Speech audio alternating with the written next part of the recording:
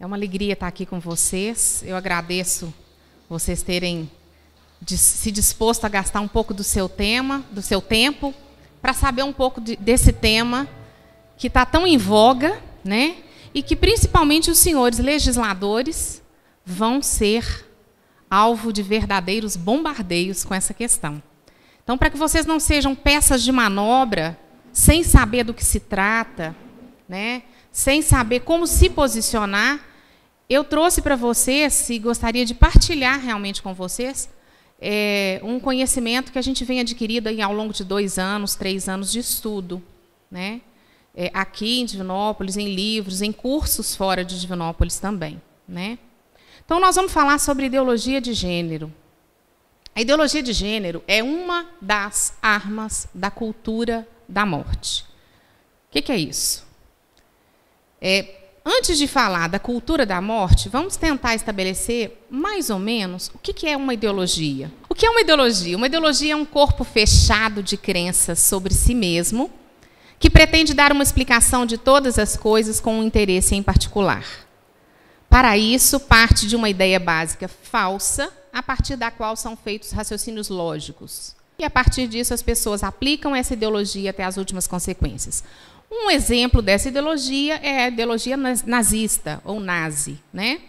Um dia o Adolf Hitler falou com a nação alemã: os alemães são um povo, uma raça superior. E eles dormiram com aquilo.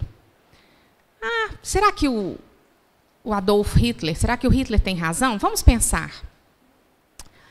Na música nós temos Brahms, temos Beethoven, né? Realmente, são os melhores. Na filosofia, nós temos Kant, nós temos Hegel. O tio Adolfo tem razão. Nós somos, os alemães, a raça superior. A partir dessa premissa, que tem lógica, mas é falsa, né? Não é porque tem os melhores na música, ou na arquitetura, ou na filosofia, que são uma raça superior.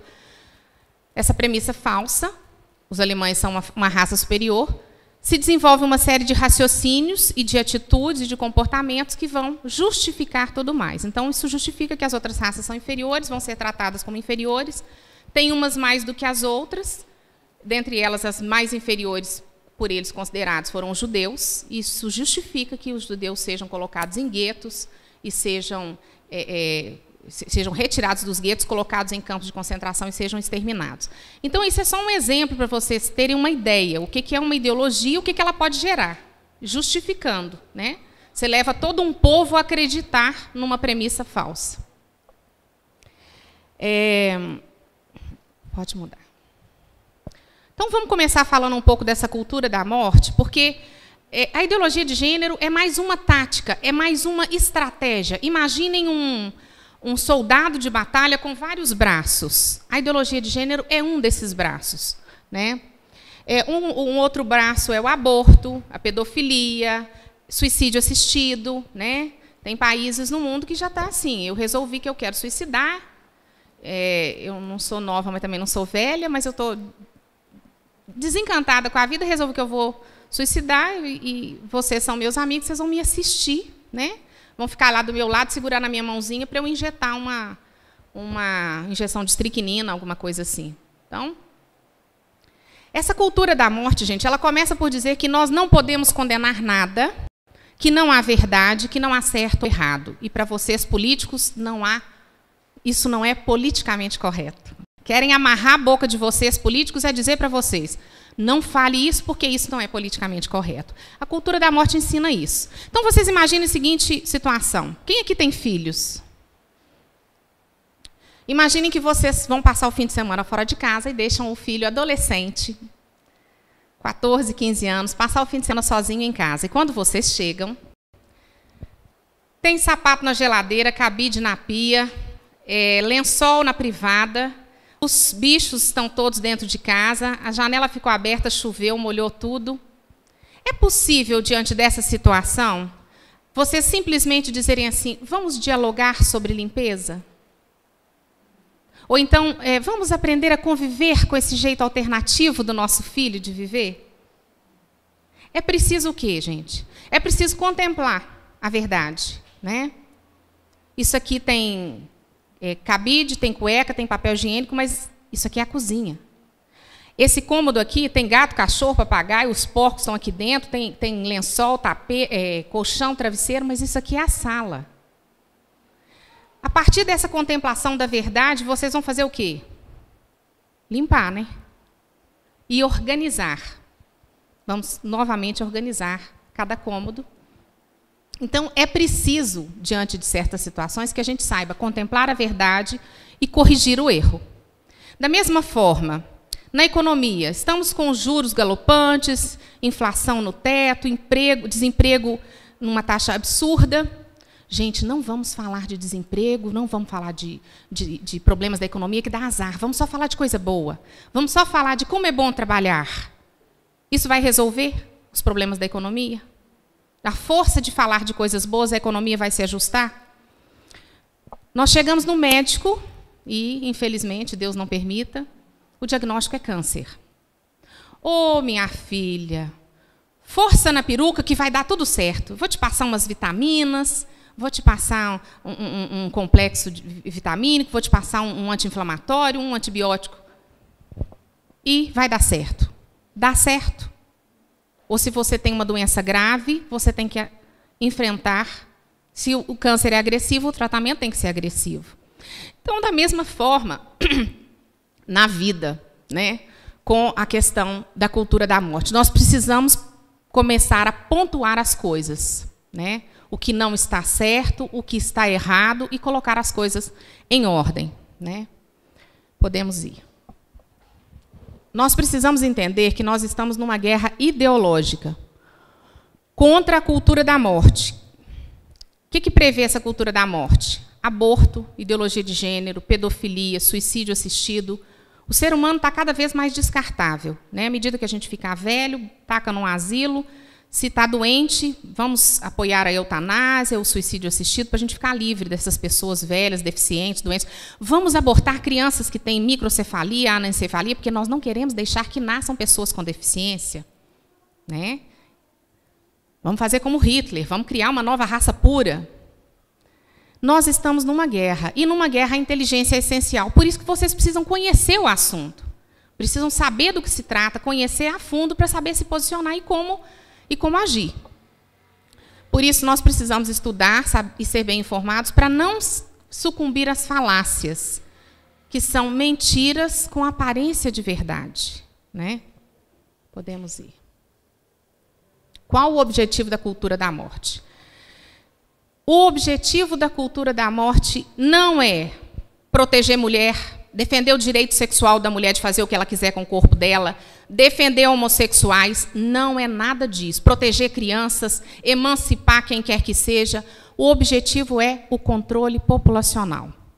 E eu vou mostrar para vocês que não fui eu que cheguei a essa conclusão, isso está demonstrado em relatórios de fundações internacionais. Eu vou dar um histórico rápido da implantação da cultura da morte e da ideologia de gênero. Nós vamos pensar, tem ali as fundações internacionais, o Conselho Populacional, Kingsley Davis, Adrienne Germain e as feministas marxistas, colonização da ONU, empoderamento dos países para a implantação do aborto no mundo, ideologia de gênero como ferramenta da sociologia e o trabalho dos marxistas. Vou tentar resumir dos 100 e poucos anos de história. O capitalismo americano produziu, no final do século XIX, as famílias mais ricas, né? Grupos de famílias muito ricas, como a família Rhodes, Rockefeller, MacArthur, Ford, a Ford também. Essas fundações começaram com ações beneméritas, né? Vamos investir na educação, na saúde, vamos ajudar outras famílias. Então, nos Estados Unidos, por exemplo, construíam escolas, a Fundação Rockefeller, né? Hospitais, investiam em educação para as crianças, na alfabetização, né? Só que vieram as guerras. Veio a Primeira Grande Guerra, destruiu tudo. Poucos anos depois veio a Segunda Grande Guerra, destrói de novo. E essas fundações, então, chegaram à conclusão de que não adianta estar fazendo essas ações beneméritas, tentando ajudar outras famílias, para as guerras virem e destruírem tudo. Eu estou sempre começando de novo, tem que construir hospital de novo, constrói a escola outra vez, começa de novo a investir na agricultura, indústria, isso e aquilo, enfim. Nós precisamos conseguir a paz mundial. Nós temos que acabar com as guerras. Como é que nós vamos fazer isso? Para acabar com as guerras, nós temos que criar a paz mundial. Para conseguir a paz mundial, nós precisamos do controle populacional e de um governo mundial.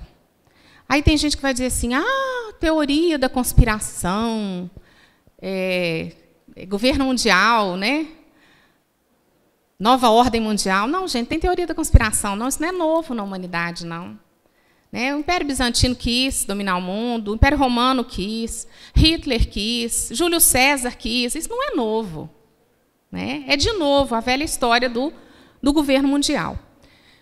Então, as fundações resolveram, se uniram, descobriram, por exemplo, a Rockefeller descobriu que a Fundação Rhodes já trabalhava desde o século XIX pelo estabelecimento de um governo mundial, só que sob a coroa britânica. Porque a Fundação Rhodes é britânica e se iniciou no século XIX, foi fundada no século XIX, quando a coroa britânica era uma grande potência. A partir do século XX, essa Rhodes mesmo já trabalhava para o estabelecimento de um governo mundial sob a Liga das Nações e depois da Segunda Grande Guerra sob a ONU, né, sob o comando da ONU. Então, se uniram, em 1952, fundaram o Conselho Populacional com 27 membros de diversas especialidades. Tá? E esse Conselho Populacional começou, então, a investir em pesquisas. Imaginem os melhores cientistas do mundo recrutados para pesquisas na área da psiquiatria, da genética e da sociologia. Na psiquiatria, porque se você começa a distribuir calmante, o povo fica calminho, né? Bota calmante também nas lavouras, nos rios, o povo fica todo manso. Né? Na genética, porque se a gente descobre qual que é o gene da guerra, o gene bélico, investimos em mutação genética e vamos criar uma nova geração mais cordata, mais mansa, mais doce. Né? E na sociologia, porque a gente altera o comportamento das pessoas. Né? Vamos fazer com que as pessoas ouçam as mesmas músicas, vejam os mesmos filmes, assistam os mesmos programas, todo mundo quer ter iPhone 6, todo mundo escuta funk, todo mundo quer ser igual a Barbie.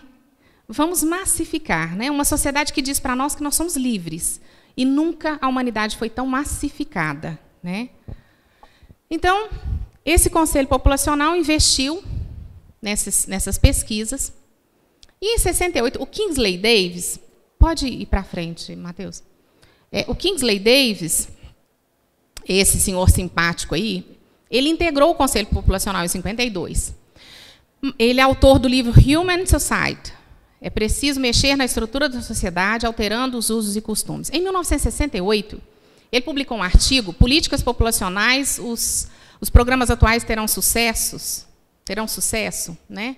No qual ele disse o seguinte, porque a partir do Conselho Populacional, da fundação do Conselho Populacional, com o objetivo... eles estabeleceram, o Conselho Populacional, 4 objetivos fundamentais. Abolir a soberania mundial, estabelecer um governo mundial forte, contra o qual ninguém possa se opor. É óbvio que, para ter um governo mundial forte, você tem que abolir a soberania das nações. Isso é claro. Né? O controle do comportamento humano pela via sociológica. Né? Vamos fazer todo mundo pensar igual, sentir igual, querer igual. E se você pensa diferente, você é o problema.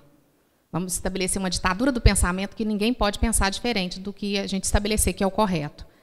E controlar o crescimento populacional. Aí eles começaram a fazer o quê? Com esses objetivos, eles começaram a investir em financiar a indústria dos contraceptivos, clínicas de esterilização, clínicas de aborto.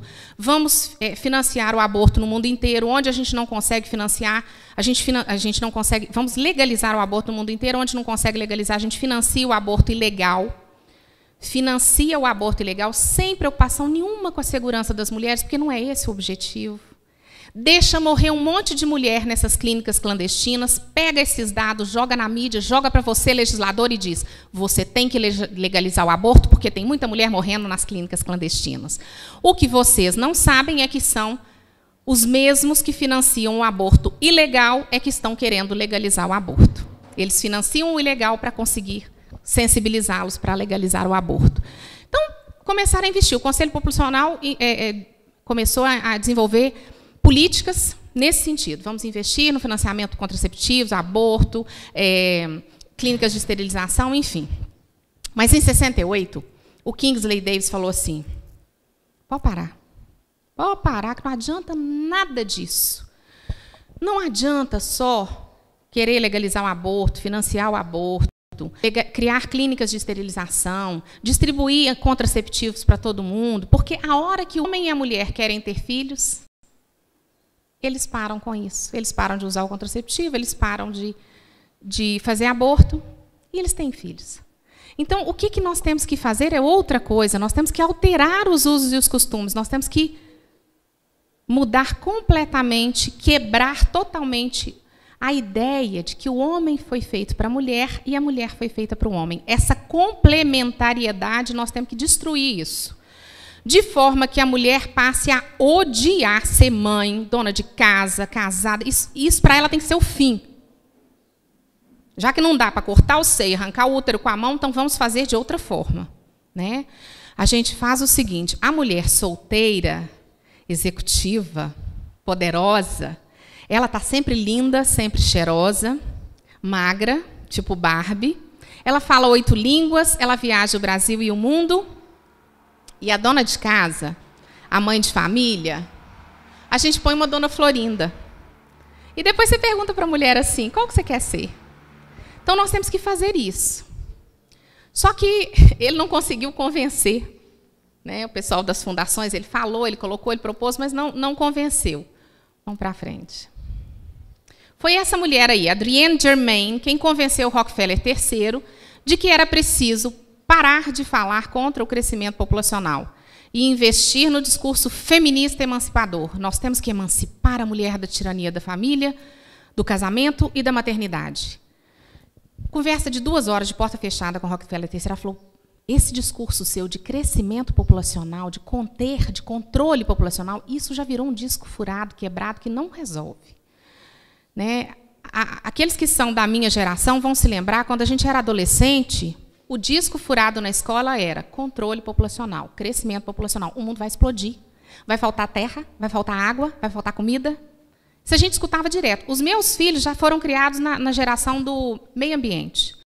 Tudo é um meio ambiente, né, uma maneira como é o ambiente. Assim, quem tem filhos na escola já deve ter percebido. Os nossos filhos ouvem falar de meio ambiente numa proporção que a gente nunca ouviu. Né? Aliás, nem sei se alguma vez na escola falaram para mim de meio ambiente. Né?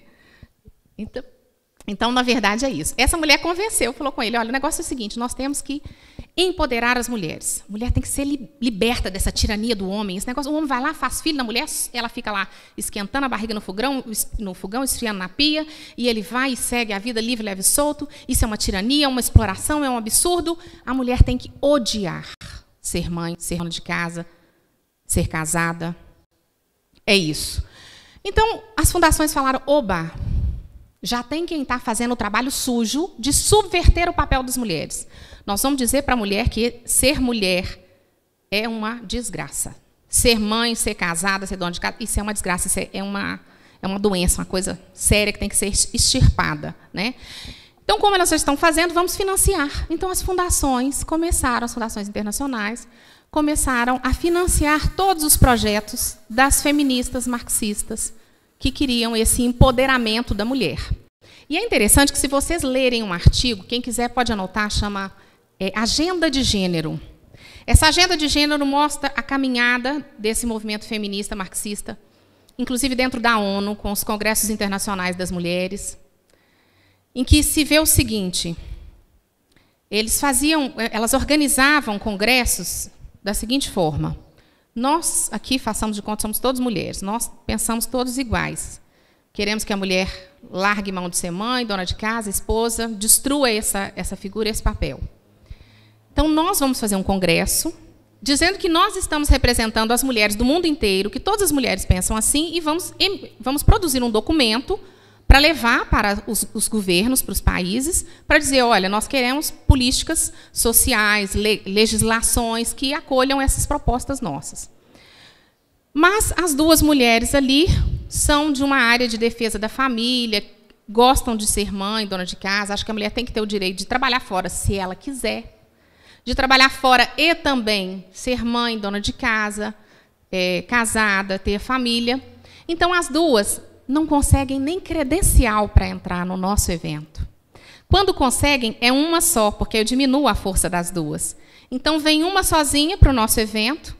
As contribuições que ela dá não são sequer anotadas. Isso a gente sabe de mulheres que participaram desses eventos e disseram, nós ficamos decepcionadas de perceber que as nossas pontuações, as nossas colocações não foram sequer anotadas no documento final, como se não tivessem manifestado, né? E foram fazendo essas ações através desses congressos da ONU e, por meio da ONU, levando para os países. Legaliza isso, legaliza aquilo, queremos isso, queremos aquilo, como se essas mulheres representassem a vontade de todas as mulheres do mundo. Ou, pelo menos, da maioria, nem isso, né? Era um grupinho minoritário que soube como agir. Vamos ver. Bom, a partir dessas ações, depois, mais para frente, eu vou explicar com mais clareza, começaram, então, tem que libertar a mulher da tirania do homem. Vamos empoderar os países. As fundações, através da ONU, começaram a empoderar os países para poder legalizar o aborto no mundo inteiro. Como não estava conseguindo, vem a ideologia de gênero como um braço amigo para conseguir o que o aborto não está conseguindo.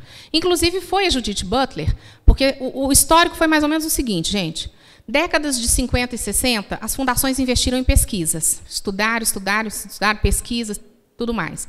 70, elas colonizaram a ONU.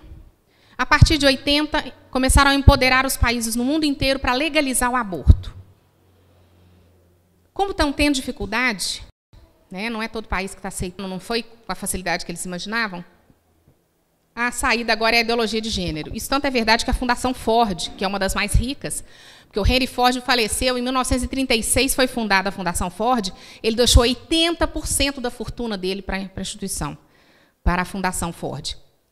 Então, eles chegaram à conclusão, precisamos adotar a ideologia de gênero, precisamos implementar de toda forma. A Ford fechou os escritórios dela, os departamentos dela no mundo inteiro, inclusive de controle populacional, e aumentou, manteve apenas um de ideologia de gênero. Por isso que nós, de repente, do nada, de um ano ou dois para cá, a gente só ouve falar de ideologia de gênero. São programas no GNT, no SBT, são filmes, são livros, são todo tipo de ação da mídia, de propaganda a favor da ideologia de gênero, mostrando como se fosse uma coisa, um passo de evolução, né? Então, veio a Judith Butler, com essa história toda de liberta a mulher da opressão do homem, não sei o quê. A Judith Butler, que nós vamos ver mais para frente quem que é uma das ideólogas de gênero de ponta, ela é talvez o maior expoente atualmente no mundo da ideologia de gênero, a maior defensora. Ela veio e falou, vocês não entenderam nada. Não tem que libertar a mulher da tirania do homem, tem que libertar a mulher de ser mulher, porque mulher não existe. Mulher foi uma coisa inventada pelo homem para dominar a mulher. E homem também não existe, é tudo papel. Você faz e desfaz do jeito que você quiser. Agora, batom vermelho, brinco, eu resolvi que eu sou homem. E quem são vocês para dizer que eu não sou? Daqui meia hora, eu mudei de ideia, eu estou me sentindo profundamente mulher. De tarde, eu estou me sentindo uma árvore. À noite, eu sou um cavalo preso num corpo humano. São todos gêneros reconhecidos já internacionalmente. Então, temos que libertar a mulher de ser mulher, o homem de ser homem, porque isso não é nada, isso é papel. Que você faz e desfaz, muda do jeito que você quiser. Mas como é que isso começou? Uma das ideólogas de gênero de gerações anteriores é essa simpática moça, Shulamit Firestone, que escreveu o livro A Dialética dos Sexos. E, nesse livro, ela dá o passo a passo para a destruição da família. Né? Que não é coisa nova também, não, gente. Karl Marx já falava lá que a família é a primeira opressão de classes, o homem contra a mulher é a primeira propriedade do homem. Os dois se casam, aí tem que ter propriedade particular para sustentar a família. Quer dizer, se você não destruir a família, você não destrói a propriedade particular. Só que o Marx falou muito mais do que isso, o pessoal não entendeu. Foram as feministas que foram mais longe com a teoria dele e chegaram a tudo que ele colocou nos livros, inclusive o livro dele, né, que ficou muito famoso, mas foi publicado pelo Engels, discípulo dele, pós-morte, né? Houve a publicação, e o Engels é que fala que ele está publicando uma obra do mestre, né, do Marx. Por isso que a gente sabe que, na verdade, o autor foi o Marx. Então, essa Shulamit Firestone, ela dá o passo a passo para a destruição da família. Aí, agora, vocês vão ver o que é nua e crua a proposta da ideologia de gênero. Como funciona na prática. Eu vou ler, nos próximos 4 slides, a tradução do livro dela. É ipsis literis, o que está no livro. Podemos passar. Eis algumas sugestões do sistema alternativo. A libertação das mulheres da tirania da sua biologia reprodutiva por todos os meios disponíveis e a ampliação da função reprodutiva e educativa a toda a sociedade globalmente considerada. Prestem bem atenção, libertação das mulheres da tirania da sua biologia reprodutiva. Eu poder ser mãe é uma tirania. Estamos falando de uma mudança radical. Libertar as mulheres da sua biologia significa ameaçar a família, que é uma sociedade, uma unidade social organizada em torno da reprodução biológica e da sujeição das mulheres ao seu destino biológico. A total autodeterminação, incluindo a independência econômica, tanto das mulheres quanto das crianças. É por isso que precisamos falar de um socialismo feminista. Com isso, atacamos a família em uma frente dupla, contestando aquilo em torno de que ela está organizada, a reprodução das espécies pelas mulheres e sua consequência, a dependência física das mulheres e das crianças. Eliminar essas condições já seria suficiente para destruir a família que produz a psicologia do poder. Nós a destruiremos ainda mais.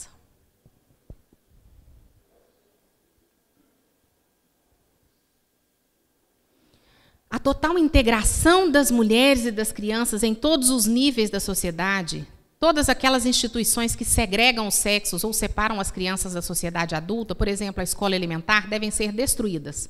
Abaixo a escola. E se as distinções, prestem bem atenção nisso, e se as distinções culturais entre homens e mulheres e entre adultos e crianças forem destruídas, nós não precisaremos mais da repressão sexual que mantém essas classes diferenciadas, sendo pela primeira vez possível a liberdade sexual natural. Prestem atenção. E se forem... Peraí, volta. E se as distinções culturais entre homens e mulheres e entre adultos e crianças, ou seja, para a ideologia de gênero, não existe diferença entre adulto e criança e não existe diferença entre homem e mulher. É onde os pedófilos pegam carona, gente. A Unesco já tem documentos reconhecendo o direito das crianças de ter vida sexual ativa a partir dos 10 anos de idade. Então, se um marmanjo de 40, 50 anos resolver transar com a sua filha de 10 anos e for consentida por ela, ainda que ela tenha sido toda aliciada e levada a isso, está tudo certo. Não é pedofilia. E a isso chega às consequências mais absurdas. Assim chegamos à liberdade sexual para que todas as mulheres e crianças possam usar a sua sexualidade como quiserem. Você transa com gato, cachorro, papagaio, cavalo, do jeito que você quiser. Não haverá mais nenhuma razão para não ser assim. Em nossa nova sociedade, a humanidade poderá finalmente voltar à sexualidade natural polimorfamente diversa. Serão permitidas e aceitas todas as formas de sexualidade. A mente plenamente sexuada, ou seja, vamos pensar só em sexo, tudo se resolve com sexo, a vida começa e acaba em sexo. Tornar-se universal. Agora, o que dá mais embrulho no estômago nessa história toda. Se a criança escolhesse a relação sexual com os adultos, ainda no caso que escolhesse a sua própria mãe genética, não existiriam razões a priori para que esta rejeitasse suas ensinações sexuais, visto que o tabu do incesto teria perdido a sua função. Vocês que são pais e mães, imaginem vocês transando, a mãe com o filho, o pai com a filha. Se isso não dá embrulho no estômago, eu acho que isso só deve agradar aos pedófilos, gente. Não tem condição. Né? Então, essa é a proposta. E, através da ideologia de gênero, eles querem chegar a isso. Podemos ir. Veio esse simpático senhor, Karl Koch. Aliás, ele veio antes, que ele é de 1923. Pessoal, aproveitou a contribuição dele. É preciso, para conseguir isso que a Shulamit Firestone propôs com tanta clareza, nós precisamos alterar a superestrutura, revolucionando a religião, a família e as leis. É onde vocês, legisladores, vão ser cada vez mais bombardeados com isso, né?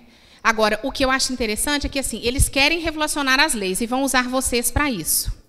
Mas mesmo enquanto as leis não permitem, eles estão agindo, dando as costas para o legislador. Foi o que fizeram aqui no Brasil com o Plano Nacional de Educação, foi rejeitado. O Conselho Nacional de Educação fez o quê? Falou com os conselhos estaduais e federais: votem e incluam a ideologia de gênero nos planos estaduais e municipais, senão vocês não recebem verbas. Isso veio do governo federal, de MEC e Conselho Nacional de Educação. Ora, mas o Congresso Nacional não afastou isso?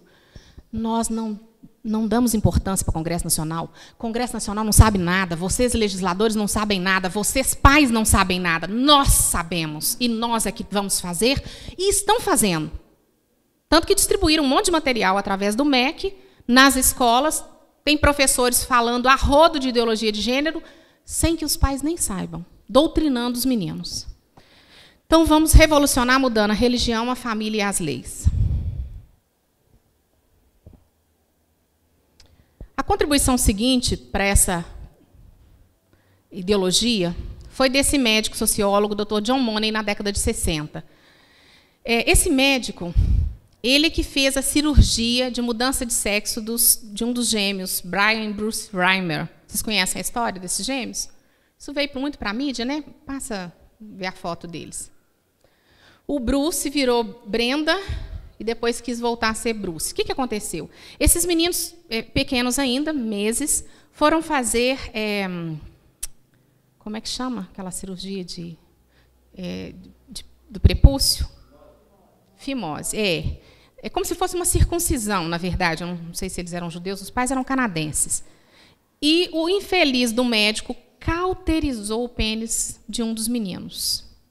Os pais, apavorados, não deixaram fazer a cirurgia no outro irmão gêmeo, foram embora para casa, o pênis totalmente torrado, caiu. E eles ouviram na televisão um programa desse Dr. John Money que dizia que ninguém nasce menino nem menina. Você se torna homem ou mulher de acordo com o que você foi criado. Os senhores, homens, só se tornaram homens porque a mãe de vocês colocou roupa de homem em vocês e deu carrinho para vocês brincarem. Se vocês tivessem tido boneca para brincar, vocês tinham virado mulher. É uma coisa assim, essa é a história. Então, ele falou que ele tinha provas científicas disso, e esse casal procurou, ele propôs para eles, né, o que era a situação. Vamos, então, fazer uma vagina artificial, né, na Brenda, muda de nome, rebatiza, aquela coisa toda, e a gente cria como menina, vocês nunca contem para ele que nasceu menino, cria como menina. Põe vestidinho e tal. Muitos anos passados, e esse médico ele foi tão desonesto, olha como é que eles agem. Nós todos aqui nos lembramos da época de escola, se você vai fazer a questão da hipótese, tese, lei. Para uma coisa virar uma tese, tem que ter nas hipóteses sempre o mesmo resultado, não é isso? Eu tenho que ter uma amostragem de, sei lá, inúmeras experimentos, obrigada, isso mesmo. Inúmeros experimentos que deem o mesmo resultado para eu dizer que aquilo ali é formular uma tese e depois uma lei, né? Como? Para validação, exatamente. Eu não posso pegar um único experimento e dizer que aquilo ali me autoriza a formular uma tese ou uma lei, né? Esse Dr. John Money pegou esse caso e viajou o mundo inteiro, publicou artigos dizendo que esse caso provava a teoria dele. É curioso, é interessante os nomes. Um médico, muitos anos depois, levantou a história toda dessa família. Doutor, eu não sei se é Marcos ou John Colapinto, o sobrenome do sujeito. O que aconteceu? A mãe do menino contou. A Brenda, quando colocou o primeiro vestidinho nela, já maiorzinha, 2, 3 anos, ela rasgou o vestido no corpo. Ela tinha um comportamento muito estranho na escola, queria fazer xixi em pé, aquelas coisas todas. Uma vez foi pega na escola fazendo xixi em pé, menina fazendo xixi em pé. Aí virou chacota na escola, porque bullying não é uma coisa nova, não é uma coisa da agora, né? Enfim, deu tanto problema. A mãe teve depressões repetidas e acabou morrendo. Com 14 anos, o pai não aguentou, contou para ele a verdade. Ele quis voltar a ser homem e falou que foi, quando ele pôs o terno dele, a roupinha dele de homem, pela primeira vez, já rapazinho, que aquilo foi uma limpeza na alma, uma realização. Mas esse menino teve que lutar com muita coisa, o outro irmão dele se envolveu com droga, o pai alcoólatra, uma confusão danada. Ele acabou casando, se casou com uma mulher divorciada que já tinha filhos, mas ele tinha pesadelos horrorosos, porque tem um livro que conta a história deles, os experimentos que o Dr. John Money fazia com eles quando crianças, no consultório, de fazer o irmão gêmeo vir por trás, encostar, passar a mão, manipular, irmão com irmão, para ver como é que faz menino com menina, orientando os pais a andar pelados na frente dos filhos para mostrar. Coisas assim absurdas. Fizeram dessa família, experimentos com essas famílias, experimentos assim absurdos. Enfim, o resultado. O irmão morreu drogadicto, o pai alcoólatra, a mãe com depressão. Em 2008, a Brenda, o Bruce, depois que voltou a ser homem, adotou o nome de Davi. Ele falava assim, Davi venceu Golias. Eu vou vencer esse gigante desse problema da minha vida. E ele se suicidou em 2003, com 38 anos. Essa é a história, o fim dessa história trágica. E esse Dr. John Colapinto procurou o Dr. John Money para colocar para ele a situação toda. Ele falou assim, olha, esse experimento, nós perdemos o contato com ele, então já não... Um ser humano, uma família, 2 crianças são um experimento, um rato de laboratório. Vocês verem o valor que eles dão a isso. Aí veio essa simpática senhora, que a gente não sabe se é homem ou se é mulher, mas é isso mesmo que ela quer, a senhora Judith Butler, e disse, né, foi a contribuição seguinte, porque ela que amarrou isso tudo, né, o que vem lá das feministas marxistas, a Shulamit Firestone, a contribuição do Kingsley Davis, do Karl Koch, a teoria de Marx lá atrás, ela juntou tudo e falou, gente, presta atenção, entenda aqui uma coisa. Ser homem ou ser mulher não é biológico, mas gênero, papel que cada um constrói, destrói e modifica como quer, de modo indefinido e indefinível. Inclusive, Nova York tem já reconhece, um órgão lá de Nova York já reconhece, acho que 43 gêneros. Esse povo está todo atrasado, não entendeu? Foi nada. Gente, gêneros tem infinitos, pois se eu posso escolher a cada minuto ser o que eu quero, do jeito que eu quero, como é que você vai contabilizar isso, falar quantos gêneros que tem? Eu resolvi agora que eu sou um macaco. O que resolveu que é um macaco totalmente diferente de mim, são 2 gêneros de macacos diferentes. Né? Então, indefinido e indefinível. Foi ela quem introduziu o termo gênero na ONU, em Pequim, em 1995. Elas caladinhas, as feministas marxistas, capitaneadas por ela é a cabeça, vamos introduzir gênero no lugar da palavra sexo. E, ó, boca fechada, não fala nada. Deixa todo mundo pensar que gênero é apenas substituição para a palavra sexo. Em vez de sexo feminino e masculino, vão pôr gênero feminino, gênero masculino. Tá? Caladinhas. Foi só 12 anos depois, em 2007, que, obrigadas pelos países dirigentes, né, da ONU, elas deram a definição de gênero. O que é gênero? E é isso. Né? É papel que cada um constrói e destrói como quer. Então, eu agora sou mulher, daqui meia hora eu sou homem, daqui 2 horas eu sou um ser assexuado, de tarde eu sou uma árvore e à noite eu sou um cavalo preso num corpo humano. Né? Bom, quais são as consequências da ideologia de gênero nos países em que ela já foi acolhida? Em que a legislação acolheu, o povo aceitou calado, não percebeu, não entendeu, não houve essa discussão toda que a gente está vendo no Brasil? Quais são os exemplos que a gente tem no mundo? O que anda acontecendo no mundo afora? Na Alemanha, pais são presos porque os filhos não querem assistir às aulas de orientação sexual segundo a ideologia de gênero. Quem aqui é cruzeirense? Senhor, perdoai-lhes, eles não sabem o que fazem. Em nome da ideologia de gênero, da agora para frente é o seguinte, vão ser todos educados na teoria do galo. O galo é o time. O Cruzeiro não é time.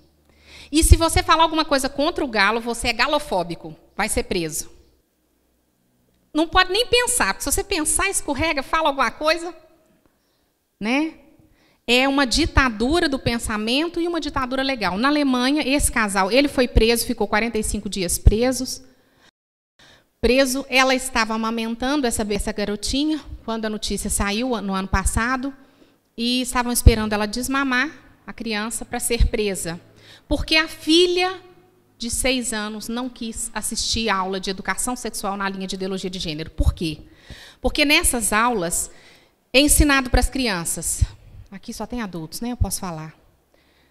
Sexo oral, sexo anal, sexo grupal, sexo entre 2 homens, sexo entre 2 mulheres, sexo entre um homem e um animal, uma mulher e um animal.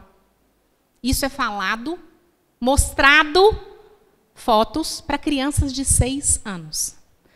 E aí teve gente nessa turma que desmaiou, teve criança que terminou a aula, passou mal, desmaiou.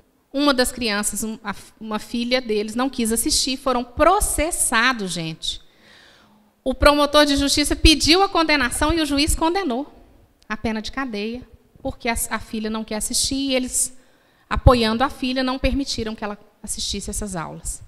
Isso na Alemanha, que até onde eu sabia, eu achava que era uma democracia. Eu acho que eu perdi a mudança lá da... Né, porque na Suécia, está pequenininho, eu vou ler para vocês. A Suécia é o 2º país no mundo em número de estupros. Ninguém conta isso para a gente. Só se fala que é país de primeiro mundo, primeira economia. Realmente a gente chega lá, tem umas coisas muito interessantes que eu tinha vontade de implementar aqui no Brasil para ver como é que ia funcionar. Você chega numa banca de revistas, não tem jornaleiro. Você escolhe a sua revista, compra, paga, pega o seu troco, a revista e vai embora. O que vocês acham da gente colocar isso aqui no Brasil? Só mostram os exemplos bons, né? País de primeiro mundo, PIB lá em cima, né? Um povo culto, não sei o que e tal, mas isso não contam. Lá existem banheiros de gênero, que são banheiros onde entram mulher e homem, e é o 2º país no mundo em número de estupros. Aqui em Belo Horizonte nós tivemos molestação infantil, atentado violento ao pudor e estupro em escola pública, escolas que adotaram gênero, contra a legislação e contra os pais. E aqui em Divinópolis nós tivemos, há 15 dias, um mês atrás, no máximo, numa das escolas ocupadas, um professor que começou com um discurso assim. Nas nossas casas, nós temos banheiros unissex. Por que não na escola? Com crianças e adolescentes. Parece que numa das salas, não sei onde que ele mesmo gravou, alguém gravou e isso foi para a mídia, são crianças de 8 anos. Os pais sabem disso, autorizaram a presença das crianças na escola. É uma coisa que eu não consigo entender. Talvez os senhores consigam entender para me explicar. Eu confesso que eu não consegui acompanhar o raciocínio. A fala é de que as escolas foram invadidas porque os alunos são contra a PEC. E aí durante a invasão, os professores doutrinam os alunos na ideologia de gênero? Eu não consegui compreender. Porque você conversa com a grande maioria dos alunos, principalmente ensino fundamental 1 e 2, o ensino médio eles já sabem um pouco mais. Mas ensino fundamental 1 e 2, que seria o antigo grupo nosso, e os primeiros 4 anos do ginásio, antigamente, você conversa com essas crianças e adolescentes, eles não sabem absolutamente nada sobre a PEC. E, no entanto, as escolas foram tomadas com o argumento de que os alunos são contra a PEC. E aí os professores vão aproveitar esses alunos na escola, em horário de aula, sem aula, e contra a lei, contra a autorização, sem autorização dos pais, vamos doutrinar na ideologia de gênero. E, gente, você começa com um argumento desse com uma criança de 8 anos, o que a criança vai responder? Ah, é mesmo, lá em casa tem banheiro que entra. Meu pai e minha mãe, o banheiro é o mesmo, do meu pai, da minha mãe, meu, da minha irmã. Por que não na escola? A criança não tem ainda condição de raciocinar e dizer, mas espera aí, amigo, a casa é igualzinha à escola? Na escola a gente só convive com parentes, familiares, pessoas próximas, íntimas. Além do mais, no banheiro de casa normalmente entra um de cada vez, né, gente? No banheiro da escola entram vários ao mesmo tempo. A hora que tiver aluno mais velho, de ensino médio, abusando, estuprando filhas de vocês, netas, de 9, 10, 11, 12 anos, dentro do banheiro da escola, qual o professor que vai lá defender? Quem que vai proteger? Mas essas crianças não têm condição de raciocinar isso. Por isso que a gente fala doutrinar, né? Porque você fala na cabeça de uma criança que não tem nem como, às vezes, se defender. No Canadá, é o Estado quem diz como os pais devem educar os filhos. E os pais podem perder a guarda deles, se o Estado entender que eles os estão educando de forma diferente daquela que o Estado diz que é a correta. Professores podem ser demitidos se expressarem ideias contrárias àquela considerada politicamente correta pelo Estado. Comerciantes podem perder seus alvarás de funcionamento e profissionais liberais perder suas licenças profissionais pelo mesmo motivo. Há uma verdadeira ditadura do pensamento. É um artigo na internet, vale a pena vocês olharem, chama A Woman from Canada, uma canadense que pediu para ser ouvida pela Suprema Corte americana quando o Barack Obama ia resolver se liberava casamento homossexual no país inteiro. Ela falou, olha, o americano tem que estar preparado para o seguinte, nos Estados Unidos, no Canadá, o casamento homossexual já foi legalizado há muitos anos, não sei se desde 95 ou 2005. Desde que foi legalizado, o que aconteceu?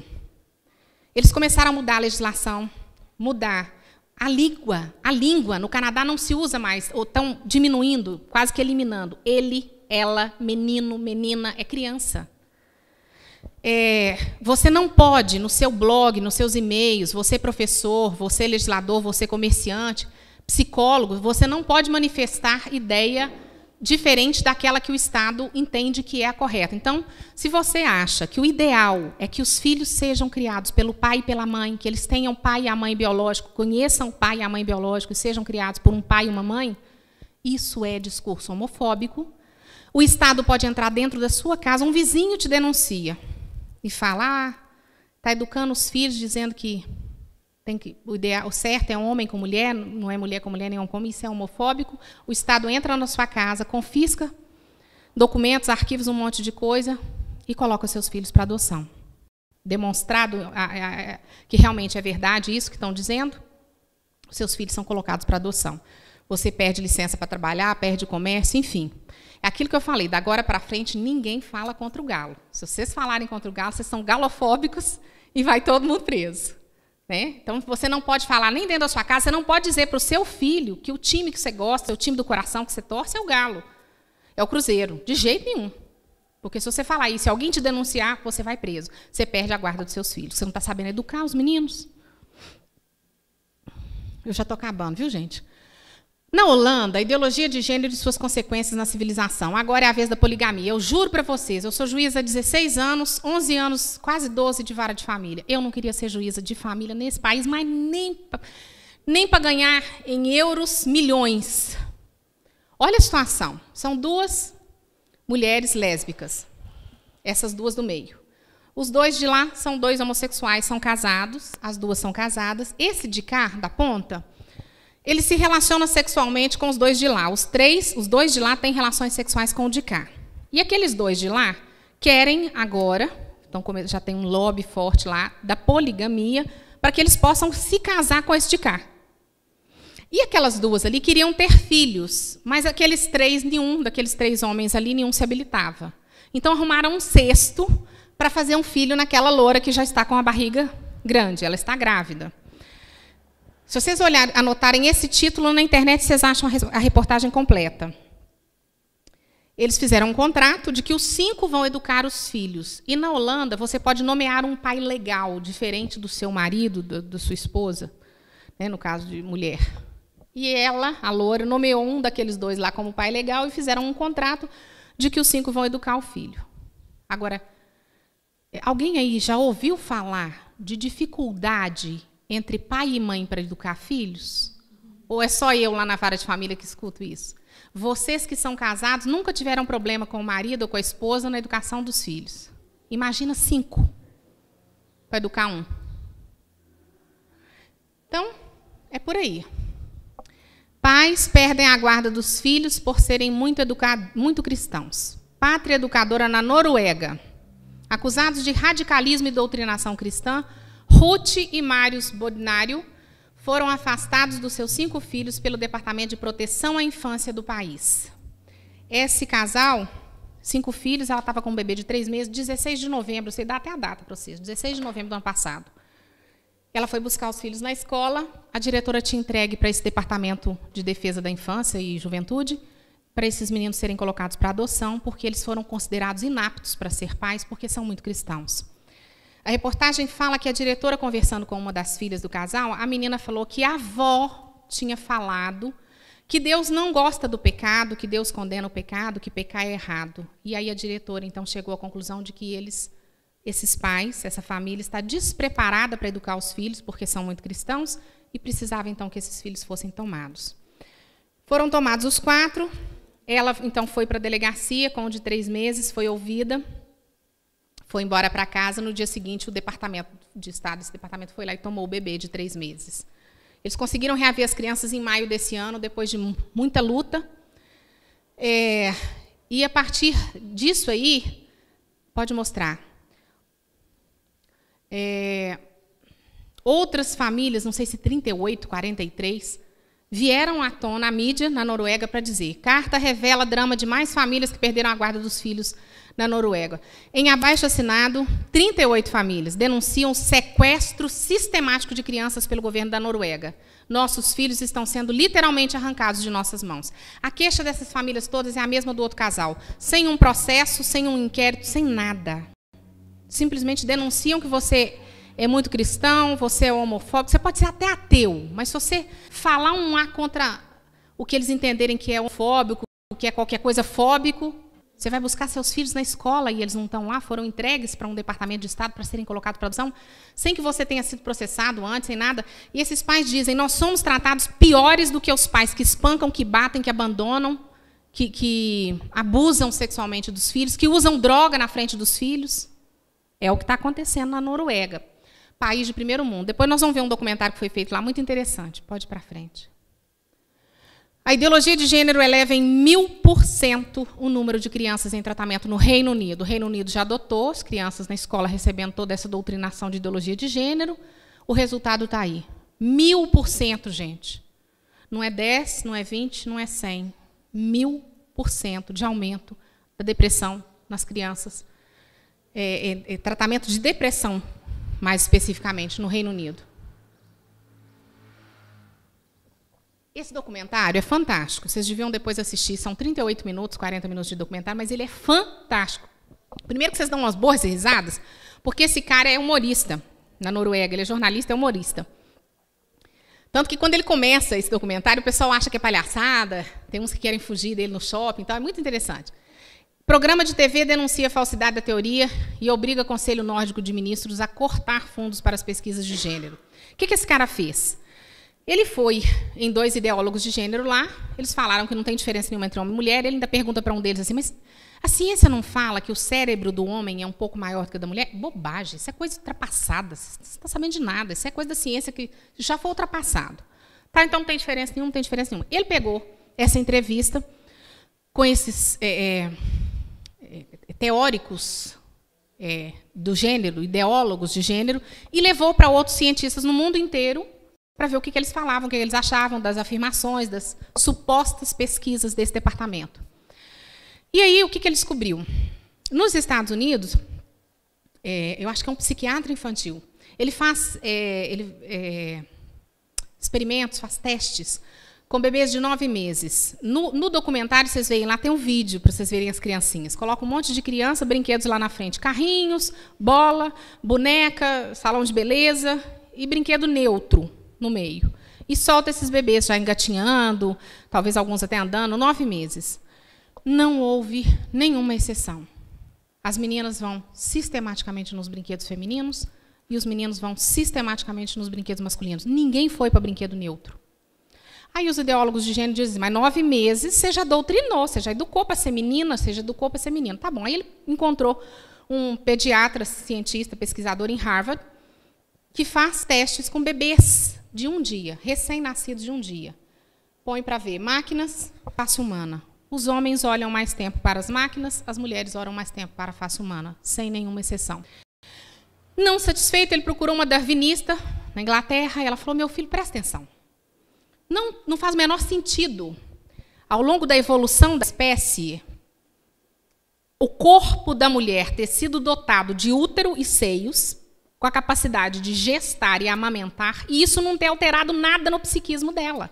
É óbvio que alterou e que isso dá algum prazer para a mulher, ou deveria dar, no normal, porque senão a mulher nenhuma... Gente, vocês já imaginaram se nós mulheres não quisermos, todas nós, no mundo inteiro, nenhuma de nós, sem exceção, não quisermos mais ser mãe? É preciso de muito raciocínio para entender o que vai acontecer com a humanidade? Não quero ser mãe.